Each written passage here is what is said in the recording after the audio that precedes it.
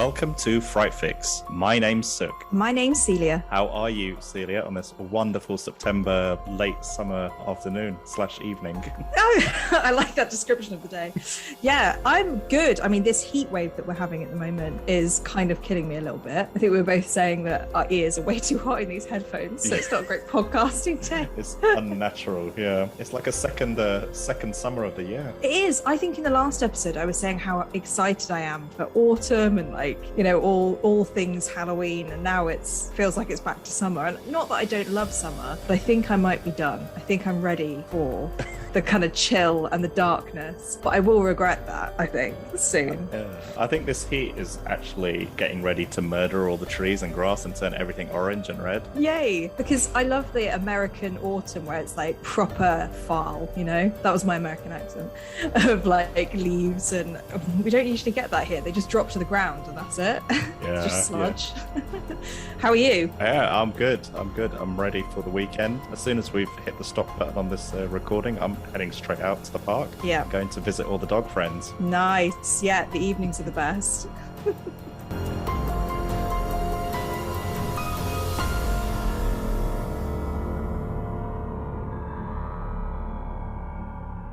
So this week, we'll be reviewing the 2019 horror movie Brightburn, starring Elizabeth Banks, David Denman, and Jackson A. Dunn. Brightburn is directed by David Yarovesky. Find your Fright Fix anywhere you listen to podcasts, and follow us on social media at Fright Fix Podcast. And as always, before we continue, just got to warn you, this podcast will be full of spoilers. So if you've not watched the movie, just hit pause, go to Netflix, watch it, and then come back to us. So, after a difficult struggle with fertility, Tori Breyer's dream of motherhood comes true with the arrival of a mysterious baby boy. Brandon appears to be everything Tori and her husband, Kyle, ever wanted: bright, talented, and curious about the world. But as Brandon nears puberty, powerful darkness manifests within him. Once Brandon begins to act on his twisted urges, those closest to him find themselves in grave danger. Ouch. So firstly, I apologize in advance for making you watch this movie just in case. And secondly, what did you think of the movie? I like how you had to buffer that because you don't think I like it. Well, I feel like doing a compliment sandwich. Like I'll do a good thing, a bad thing, a good thing. Oh, go on. This is a very unique film, I think. It's something that I haven't really seen before. I think it's got a really interesting idea for the story. I've seen that this is supposed to be the bad version of Superman. Yeah. And what if Superman ended up being a villain? That idea is really cool. Yes. And I think some elements of this film do stick with me because of that. But I mean, anything unique, however it's put across and how well it's done, at least it was unique, at least they didn't cop out. So that's my first compliment. Maybe I'll do another compliment. I like that it didn't end well. Like I like that this is Superman gone bad, not Superman thinking if he's bad and then he becomes good in the end and it's all rainbows and fairies. I like that's not the ending, and that by the end you're left with a like, oh my god, that's it, he's gone full-fledged evil by this point. I think my issue with this film is the execution of it. The execution of the idea. There were elements of it that maybe it was like the CGI or the fact that I'm not personally a superhero movie fan. So sure. I know you are, but I don't really watch Marvel films or anything like that. So for me, there was no nostalgia here. There was no kind of like harking back to other films. Maybe if they made references. For me, it was like it kind of hit me in the face with I think cheesy is the word that comes to mind. Like with a few elements of it that were a little bit cringy, like the lasers out of the eyes. I think for a superhero movie film fan, that could be quite cool. For me, it was like, oh come on, like I want scary, the flying, for me it just didn't do anything. But for a superhero movie fan, you're like, oh wow, like he is literally Superman, he has a cape, he's doing all these things. So there are good elements to it, but then there's also like bits that I think could have been better. Yeah, I feel like that's and the other thing that I think the overall reaction to it is that when I heard that this was supposed to be a bad Superman, I wanted a scary character. Like I wanted really creepy and like stuck with you. And I just don't know if this character of Brandon was scary. Yeah. And so Absolutely. I was a little bit disappointed that he wasn't more twisted in ways. What about you? I wonder if we're on the same track. No. It's very, very, very interesting here you say that from the point of view of a person who's not into that kind of superhero culture or whatever, because I think there were a few things I took for granted this film where obviously I'm familiar with Superman. I watched all the movies and read I've got a number of comic books right there on the floor behind me. Oh wow. and it's like so for me it just felt very natural just watching this dude fly around and wear a cape and do the laser eyes and stuff. So I didn't think much of it, but then you're absolutely right. Watching if you're coming into this blind with no knowledge, you're absolutely right. It is cheesy and it is kind of, I mean, when you put it like that, there's a lot of stuff in here that's kind of random and just a bit out of place, and like the line, the laser eyes, the throwing the lawnmower 100 feet in the air and whatnot. So it's kind of, I think this film is built in a way where it kind of expects you to have an understanding of Superman. Yeah, I think that's what I was lacking at the beginning, was like when I look back at it, I can kind of appreciate it a little bit more for what it is. But in the time I was like, what? Like, why are they doing this? No, but that's not your fault. It's the film's fault, anything, because maybe it shouldn't assume that the audience knows what Superman is. I mean, you can still go into the movie and watch it without having a clue what Superman is and just think it's whatever. But I mean, so this is the second time I watched this film. First time I watched it was quite a while ago, and I remember when I first left the movie, I remember thinking it's a shame that Warner Brothers didn't just make this a Superman movie, just like a spin-off kind of side project, like how the Joker and a couple of the other DC movies, they're just like these standalone projects. They're not like Marvel where they fit into this larger universe and everything. And but then when I watched it this time around, the first thing I was hit with was the Sony logo, and I was like, oh crap, Warner Brothers had nothing to do with this project. They have nothing. So they couldn't make it a Superman project. I wonder if the Gunn brothers or whatever, it's like there's about 3 different Gunn brothers that worked in this film, and I think one of them was a cousin as well. And so maybe that's probably why they had to kind of go and just make their own character. I mean, because the story is shockingly similar to Superman, and I got a feeling they probably wrote this originally as a DC vehicle, a DC Comics vehicle, and wanted it to be Superman gone bad. And so in the comics, in the DC comics, there's this kind of tradition of these kind of, so you got the main continuity which has been going since like 1930 whatever, but then you get these kind of offshoot one-off comics which are branded under something called Elseworlds. Sorry, I promise this won't be a geeky superhero thing. No, I love this. But so there's this, I mean, if anyone's into comic books and they're listening, they're probably going to pick what I'm saying apart now, but so there's this banner called Elseworlds, and Elseworlds allows like these kind of really creative writers and artists to come in and just do something that is outside of continuity, these one-off stories. And I think they probably originally pitched this movie as like an Elseworlds style movie. That makes sense. This is the worst comparison ever, but is it kind of like fan fiction of films where like you carry on the story of like a character that might be in the main film, but like you do your own thing with it? It kind of is. It's like, you can just go as wild as you want, and it has no bearing on the main continuity. It's just like this little side thing. And this whole film felt like a supervillain origin story. 100%. Yeah, because by the end of the movie, I expect there to be a sequel where the hero that's been built up in a separate movie comes and faces up to this guy, Brandon Breyers or Brightburn or whatever you want to call him. But I didn't really think about the Marvel elements, like the fact that if DC had picked this up, that they could actually use characters, whereas this feels like the knockoff brand version, when like you have cereals where they can't say that they're the brand, but they do everything in their power to like make them as close to the brand as possible. This is like like Jess would call this Poundland Superman. Yes, this is exactly what it is. I mean, it's just a shame. I feel like it was a bit of a missed opportunity. I mean, I don't know, I'm just assuming DC turned this down and then Sony picked it up or something, right? But I mean, I just want to get some of the trivia out of the way now, just some bits of quite interesting, like so Brandon Breyers, the kid's name name, or the guy who ends up becoming the supervillain of this piece. So his name, you got like BB. It kind of follows a tradition in superhero naming. So Spider-Man is his actual identity is Peter Parker. So you got that alliteration with the names. Incredible Hulk is Bruce Banner. Superman is Clark Kent, even as a CK, but the sound with the alliteration. I think that's what they were going for with Brightburn. Yeah, Brandon Breyers. I never thought about that. That's And I think in the movie Brightburn, the town is said to be like in Kansas, which is where Superman is set, like where he grows up in Kansas, where in Smallville. His origin story.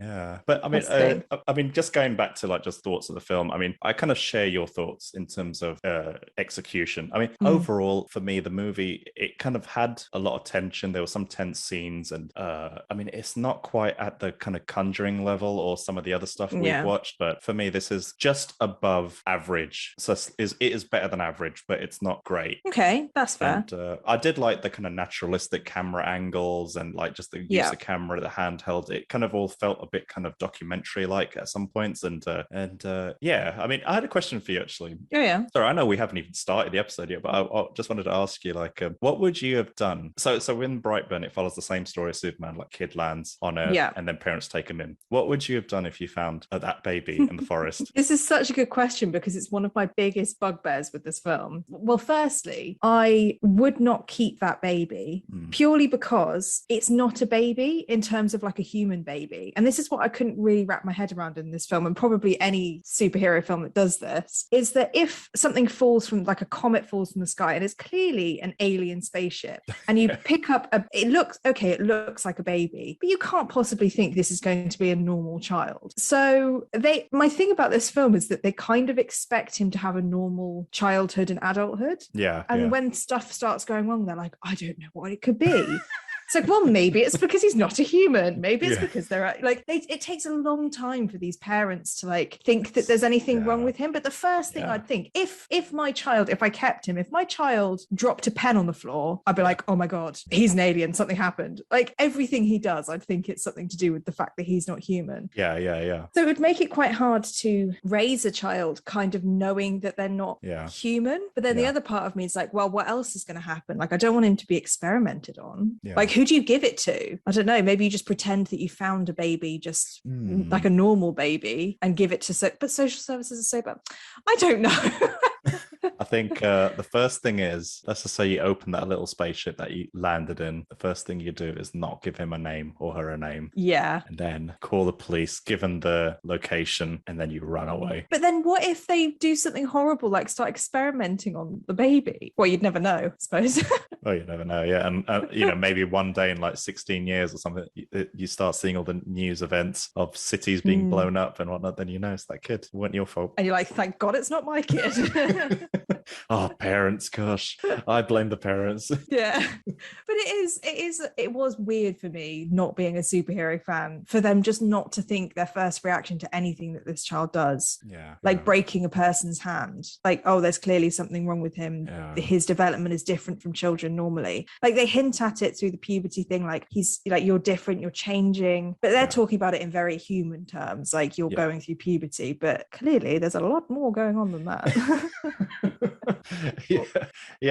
I did actually have something like that on my dislikes list, like in terms of when like the dad's kind of flagging it to the mother, like when all the chickens die, all the chickens are slaughtered. Kyle's the dad, Brandon's the son, Tori's the mom. Yeah, he was just like Roy from The Office for me, but oh my God, that's who he is. I was trying to figure out, I was like, I know this face so well, but I can't. Oh, thank you, that's saved me. So there's Roy from The Office, right? And so he flags to Elizabeth Banks that all the chickens have been slaughtered. I think this was Brandon who done them, and it's clearly Brandon, but she's just I was like, why isn't she acknowledging that it's clearly her son that's done this, because he's displaying a lot of weird behavior recently. But then I kind of just chalked it up to denial, and maybe it's her in denial that this can't be her son, but she knows it's her son. It must be that, because like you say, it's very obvious that something's happening. The answer to the question is, I have no idea what I would do. Depends on the baby. So what did you think of the acting and casting choices? I thought Elizabeth Banks and Roy from The Office were really good. I thought they were spot on. I just love that it's just Roy from The Office. It's just Roy from The Office, yeah. Yeah, I thought they were good. I believed them as like a husband and wife. I thought they had good chemistry. They did the best they could with they work, even though they're in the movie a lot, their kind of material is very limited. Yeah. But I thought they did what they could, and yeah, the chemistry was good. I kind of had a bit of a problem with Brandon, so like the kid, so evil Superman. I don't know if he was the best actor for the job. Yeah. I mean, I'm sure he did the best he could, but it would have been good to see a bit more of like an emotional journey with him, and maybe some kind of inner battle or struggle with where, you know, maybe he is a good kid, but he's being sucked into this evil, whatever it is. But it was just during the daytime, he was okay. And at nighttime, he would have these kind of seizures or whatever they were. Yeah. Just, this, the evil and the spaceship is kind of calling out to him, but there was no struggle, no nothing. So it kind of made me feel like this was inevitable. He was predisposed to becoming evil. It doesn't matter what happened. It was going to end this way. Yeah. And he 100%. At the moment he had his first kind of seizure or whatever connection to the evil and the spaceship. That's it. It was game over from that moment onwards. I completely agree. What did you think? I was just, I mean, I've literally almost written word for word what you just said about Brandon. Like, there's no turmoil. There's no like, I don't feel anything for this kid because they keep telling us that he was really clever and he was top of his class, but we don't really ever see him that way. So I don't feel sad because he's not sad about what's going on. Like, he hasn't got any, I'm a good kid and I just want to be good, but these things keep happening. Like when he broke that girl's hand, like if his reaction was like genuinely upset about it and almost what he did was out of his control, I would feel so much more for him than the character gives. And I just thought that was quite an easy thing they could have done that they didn't do, is just make that character a little bit more dynamic. And I agree. I said that I wasn't too sure about Jackson Dunn for Brandon because he wasn't scary, and that's the bit that I think that this film really misses out on, is you could have chosen someone who could really work that kind of psychological horror into the character, because kids can be really scary, and there have been films where kids like the idea of kids being possessed or something that can be done well. You just have to have the right script. Like, I'm not saying if they'd given him a different script maybe he could do it, but he wasn't given that opportunity. So I think they missed the mark with his character, and really he is the main character, so what's wrong with him is what's wrong with the film. So I feel like they've lost a few points from me for his character, and I feel like I don't want to be too harsh because obviously he's quite young, but I think some of the acting wasn't great either. Like, there were a few scenes where maybe he could have given a bit more emotion to them, whatever that emotion was. Even the creepy looks that he gives people, or tries to hide the fact that he's got blood on his shirt, like all of those scenes just were a little bit awkward, and I didn't know whether it was the acting or not. Yeah, there just wasn't enough, I don't know what even the word is, like texture with him. There wasn't enough variety. I think it was because he accepted he was evil or whatever, or different, and then he just ran with it. There was no up and down with him. There was no good versus evil struggle within him. There was, at no point was he remorseful for anything he did. Exactly. Like, it was so difficult to even care. So I think part of me wonders, was that intentional by the filmmakers? Maybe it was the parents we were supposed to feel for and not the kid, and the kid was, maybe we knew as an audience that the kid was lost before the parents did. I just don't know if that works as well, like if that is their intention, which I'm guessing it must be, but it just doesn't work as well. I mean, I think Elizabeth Banks, and I think his name's David Denman. Denham.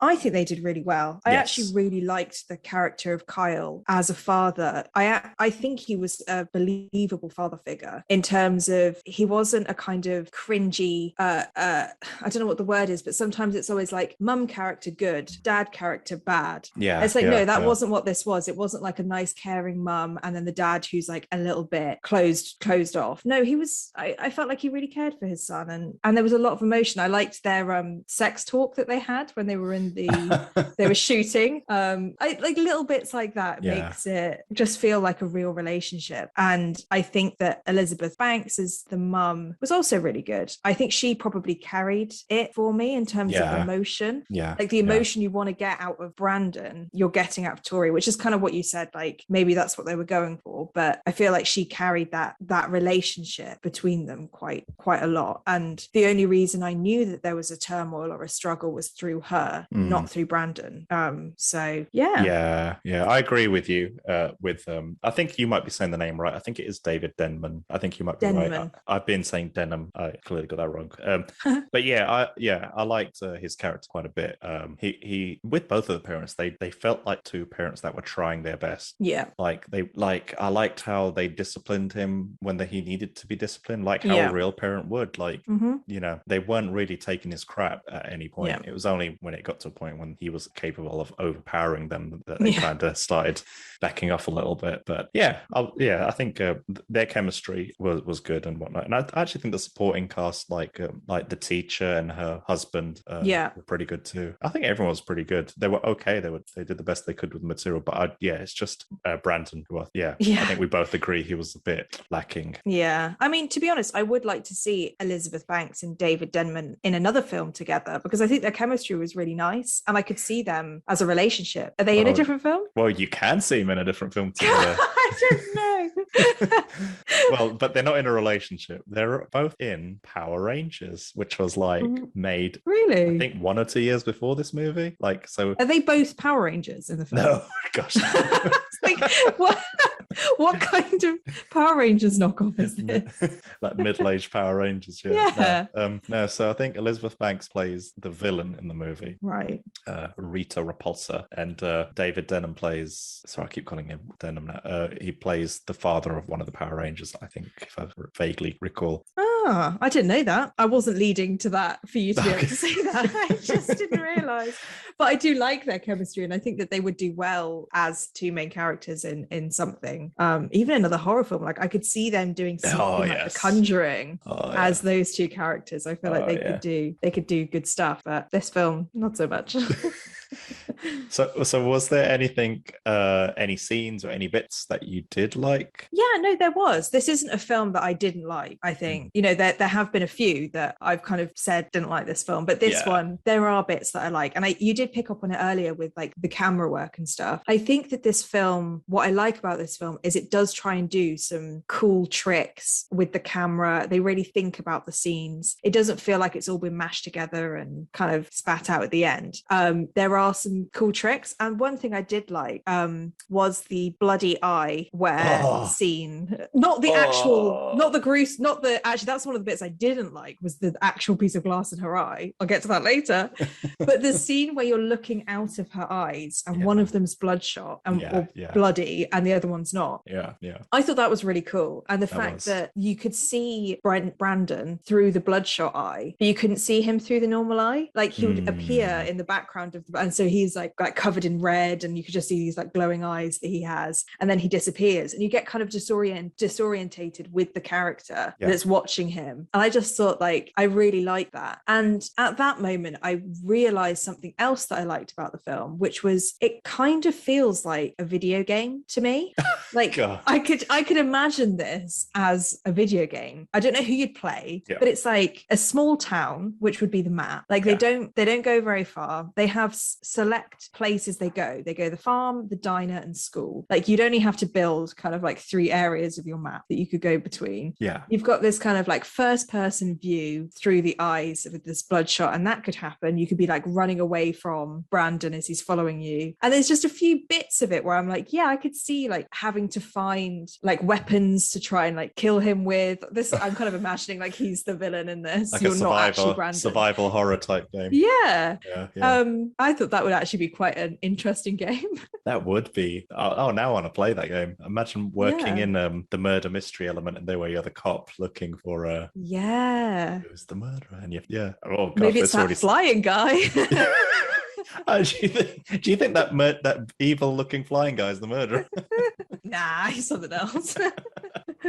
So I like that. I quite liked the uncle character, Noah, played by Matt Jones. I thought he was quite funny, and so there was a scene, the scene where he's driving in his car and then with Brandon about to go home, and then Brandon gets out of the car, or I can't remember how he gets out the car, but then he's standing in front of the car and the lights are flashing, and then every time the lights flash, Brandon's there and he gets a little bit closer. That was the scariest bit for me Yeah, was yeah. I was like, oh, that's creepy. And then he disappears. And then you've just got the uncle in the car going like, nope, nope, no, no, no. Like he keeps saying no over and over again. I'm like, yeah, that's a completely natural reaction. Like he just wants his car to work. He just wants to get away from this creepy child. And I just quite liked that scene. And then Brandon picks up the car and slowly tilts it like a roller coaster. It kind of reminded me of. And then I think it lands upside down from really high up or straight on. I can't remember which one it is. Yeah. But I thought that scene, I was kind of hooked at that scene. Yeah. And I really enjoyed it. Well, I'll wait till the bad bits to talk about that. And that, to be honest, the other bit that I did like was they did try to work in the kind of his ability to fly in cool ways, like him floating outside a window or like him moving really fast. And so there were bits of the flying that were less cheesy than others, that they actually worked in horror elements. Like there was one where, you know, that quite long scene where he's standing outside his aunt's house and like the security lights go off and stuff. And then I think she's in the bathroom and the lights go out and then you see him like floating in the window with his eyes glowing. Yeah. Like that. I guess I'm picking out any of the horror elements that I thought were quite cool, which is the bits that I like the most. So I think that they did really think about these scenes and how they could be effective. And I think they did that much more than they thought about the characters. So it feels like it was built scene by scene and then the characters just had to do anything in between that. But it was like, right, we're going to have this scene and then we're going to move on to do this and we're going to have this element. We're going to use this kind of camera angle and And so those bits were quite cool, I think. But yeah, what about you? Did you have any favorite elements? Yeah, just touching upon what you said, like the film, I could imagine it being maybe initially like some kind of like a made for TV type movie. Yeah. But just with a mega high budget. Imagine like the studio suddenly were told, okay, our budget's just doubled. Can we just squeeze some more stuff in? That is such a good point. Like they have a lot of money, I feel like, for not a lot of script. Yeah. I mean, if there weren't any like major big things I could say I liked about the movie, but there were loads of smaller things. So like, even just the beginning, I liked the home video introduction of the kid. Yes, that was good. I like it. It looked real. I think that might have been video of the child. That would be good. I always think that in films, you know, when they show photos of like them when they're younger, the films that actually use photos of the actor when they're younger are so much better than like you sometimes see these weird like Photoshop photos of people or like families together and you're like, oh come on, just use like a photo from their actual childhood. But anyway, carry on. I thought that was kind of a cool touch. I liked as mentioned about the camera work earlier on, it had this kind of slight documentary kitchen sink type aesthetic, the handheld camera thing. It just kind of made the film look a bit more drama realistic. I'm just throwing random words, but I like the aesthetic of the movie.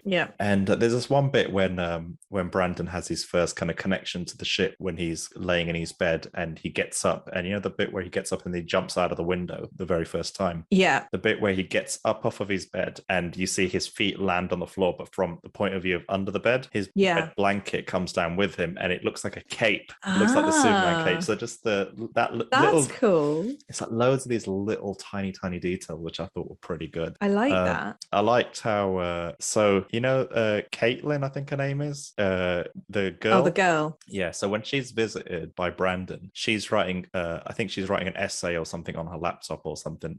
And I think the title, I actually had to look this up. So the title is The Decline of Truth and Justice in the Modern World. And Superman's kind of motto or whatever is truth, justice, and the American way. So wow. So that's like a proper like reference. That's a deep cut. I wonder if that's the closest they could get to a reference to Superman without being sued.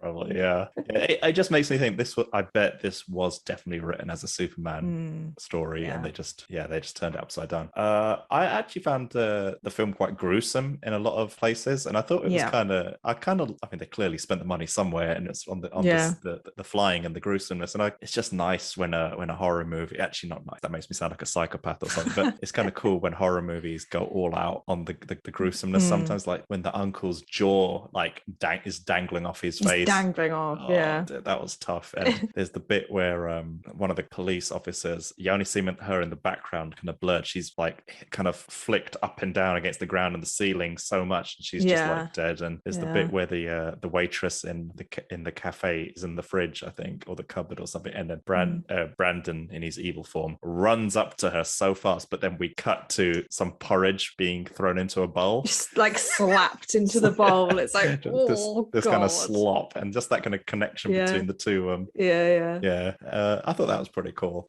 For some weird reason, I don't know, maybe this might be the least scariest scene, but it kind of stuck with me, was the bit where Brandon rocks up to the little girl's, his classmate's bedroom for the first time, and the laptop keeps turning itself on, and she keeps going to and then you see the windows open and he's hiding behind the curtains. I just found that whole thing, it was a bit too real. I don't know why, but it was kind of that was really creepy, because it wasn't like, they didn't overdo it, like they didn't make it like bam, he's there. It was like, if you blinked you could have missed him, like he was very subtly in the corner and you're like, ooh, that's creepy. And I liked how sorry, just two more things, I'll be very quick, but I liked how the kind of the end sequence of the movie mirrored the opening sequence.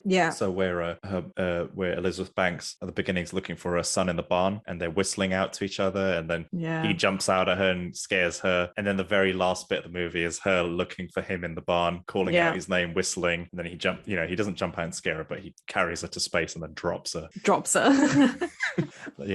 And another kind of tiny little reference, I guess, is at the end of the movie when the credits are rolling, you get all these news reports, and there's this one kind of news pundit person screaming, this conspiracy theorist sounding guy or whatever. That actor's Michael Rooker, and he's like in every single James Gunn movie. Like, James Gunn produced this, but like he's in all of them. Like, he's in the Suicide Squad, he's in the Guardians of the Galaxy movies, I think he's in Slither as well. Like, he's in, like, I think he's just an actor they keep using for everything. And is he always different types of characters, or is he like always a conspiracy theory? No, he's a different he's like, a different character in every movie. So they just like plucked him out and put his character like in this as like a reference. That is cool though. That's all my likes done. I did like that end bit actually, when they were doing the news broadcasts. That felt very like superhero film-esque, but it's like the complete opposite. It's not like the flying masked man has saved the day. It's like, run for your lives, the flying masked man is killing everyone. Like, it's exactly the same as what they would have shown, but the other way around. Like, we're all safe finally. And this one, it's like, everybody go inside. Every disaster that's happened in the last 6 months has had this weird floating man. So we've kind of spoken a little bit about what we don't like, but was there anything else that you didn't really like about this film? I think, between what we'd already said towards the beginning of the episode, I mean, a lot of my dislikes are there, really. Just that I just didn't find the acting of Brandon Breyer's character too great. And as you mentioned, like, the entire movie kind of hinges on him, really. And the other thing that I didn't like too much was, the lawnmower scene when he throws the lawnmower. I mean, that in itself didn't bother me too much, but when he goes up to it and it's upside down and the blades are spinning, and I just couldn't help but notice that the underside of the lawnmower needed cleaning. Like, it was really really badly managed. There's like the dust had built up, or the mud had built up in it. It's like, come on, man. That is not what I was expecting you to say. I thought you were going to say like there's a metaphor behind the fact. It's like, it needs a clean. It does need a clean, because I clean my lawnmower, so they should be cleaning their lawnmowers.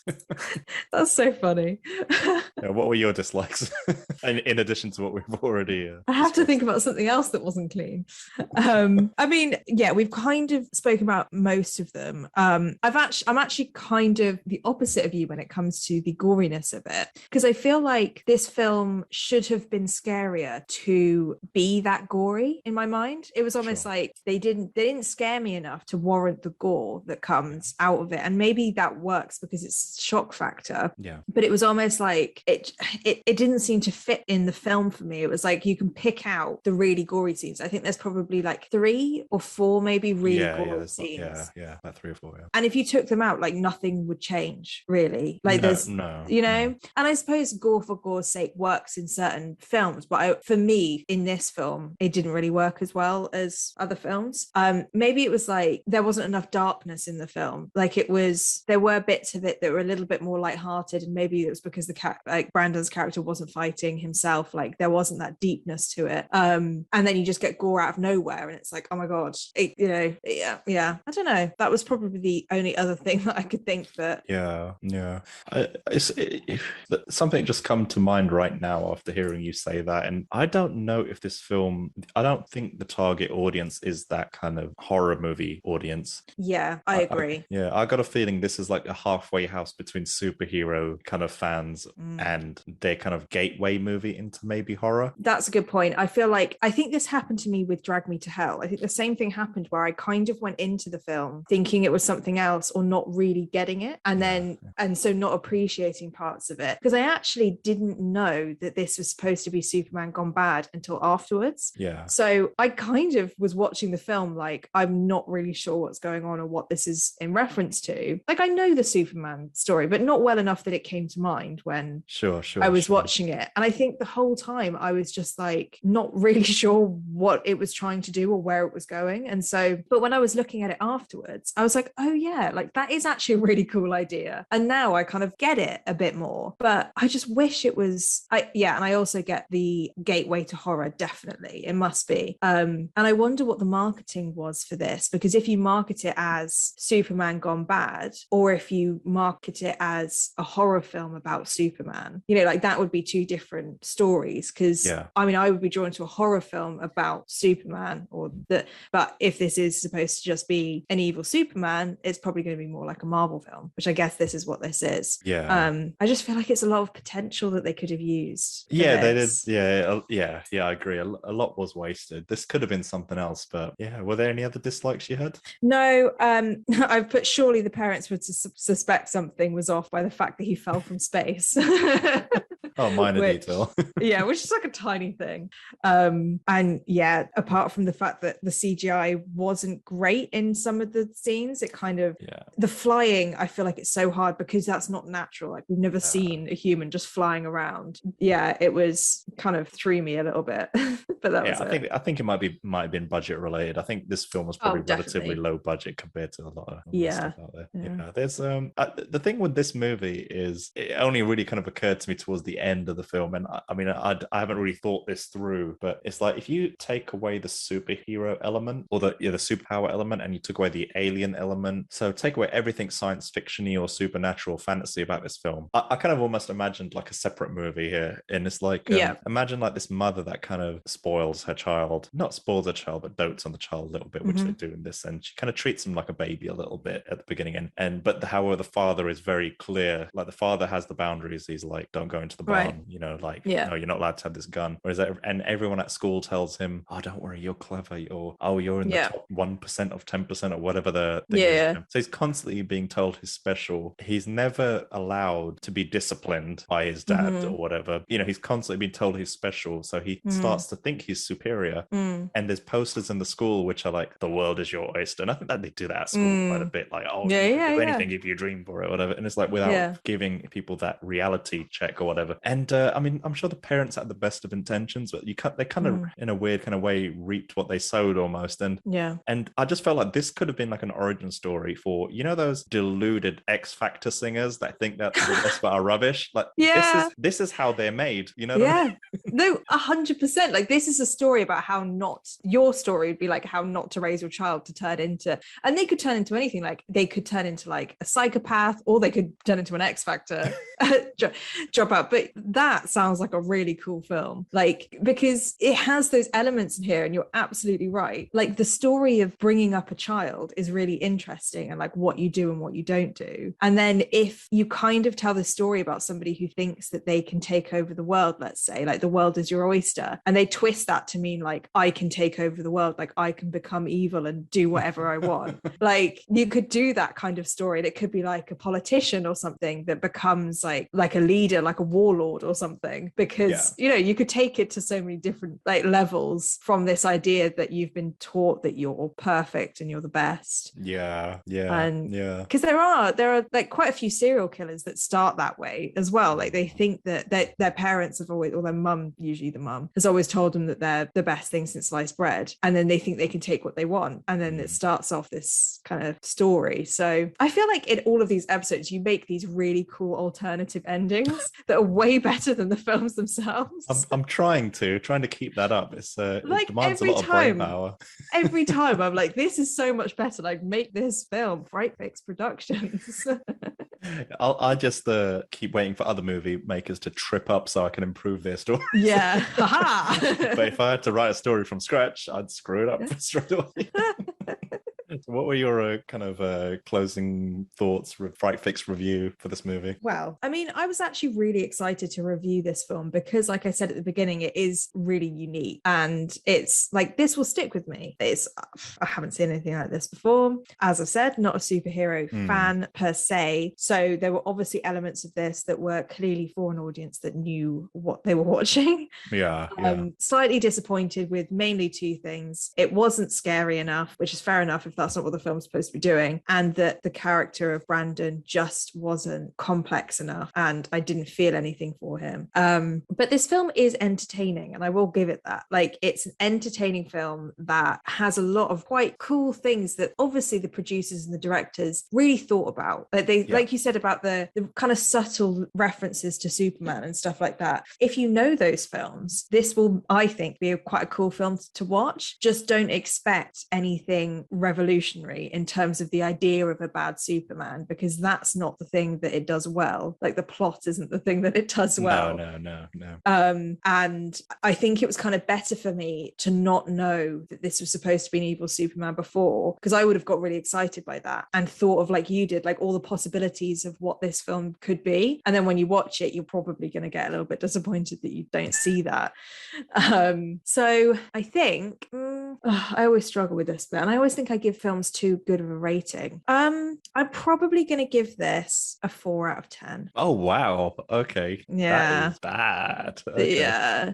I think it is hard because I just, overall, we always say this, like, what are we rating it on? I enjoyed it, but not as much as I probably could have. Sure. And so I'm going to give it quite a low score, I think. Interesting. Maybe this will be the first one where we've got the biggest gap between Fright Fix scores. Well, let's see. What are your closing thoughts? I think, gosh, this is, I mean, normally at the end of our episodes, we've got like an entire paragraph each we read off, but I think you've kind of summed it up so well, and I don't think I could add very much to that. I think we're broadly running along the same tracks on this one. So the thing with this movie generally is I don't have a huge amount to complain about, because normally I don't. I mean, neither of us ever hold back with our complaints about movies or dislikes. To be honest, I think this is going to be a pretty short episode, and yeah, and it's the narrative's clear. The performances were good, other than Brightburn's character. You know, the tension for me in the movie is above par. Like, it's above average. It's not bad. It's good. I think it's very good in some parts, and I thought the effects were good, and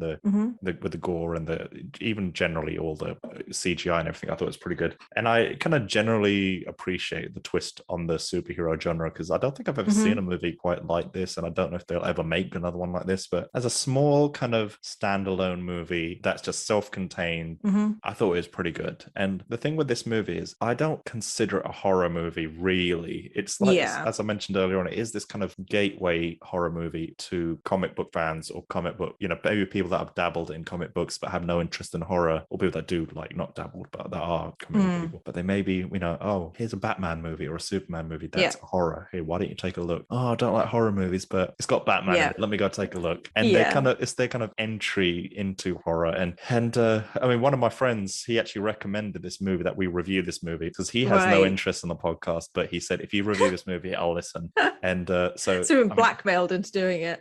I thought, it'd be interesting to see what, if he does ever listen to it, it'd be interesting to see what he thinks, if he shares the same views or anything. But I know he doesn't like horror movies, but he watched this, right? So reluctantly, I'm sure. And I just totally forgot what his opinion on the movie was. So it'd be interesting to know if what we've said tallied up with what he thought. But yeah, I mean, the thing is, I was toying between two numbers for this movie. When I think of the lower number, I think it's too low. But when I think of the higher number, I think it just feels a bit too high. It's in occasions like this, I wish I could give points, like decimal places with our scores. But if I had what's your heart say? If I had to put my reputation on this movie, I would say for me it's a 6 out of 10. Was that the higher or the lower? No, it was I was toying around between 7 and 6. But when I say 7 out loud, I don't think it's a 7. But when I say 6, I'm like, I feel like I'm being really harsh on the movie. So I'll go with 6 in this case. And so that brings us to 5 out of 10 if we average us out, I think. Yeah, I feel like that's a fair score for this film. I mean, I suppose I wonder how much crossover there is between horror fans and superhero fans, and whether, if there's not much crossover, you can't really do a super horrific film for superhero fans. Like when you were talking about your friend, it made me think, like, if he doesn't like horror films but he likes superhero films, and then he watches a film like this and it's really scary, he'd probably hate it. So maybe what it was trying to do was just be in the middle, and it did that. It was entertaining and it was slightly creepy, but for a horror podcast, it might not have hit the mark. We hope you enjoyed this week's Fright Fix. Join us next week as we explore a new horror film. If you have any suggestions of movies you want us to cover, contact us on Instagram or Twitter, or you can email us at podcast@frightfix.com. See you next time.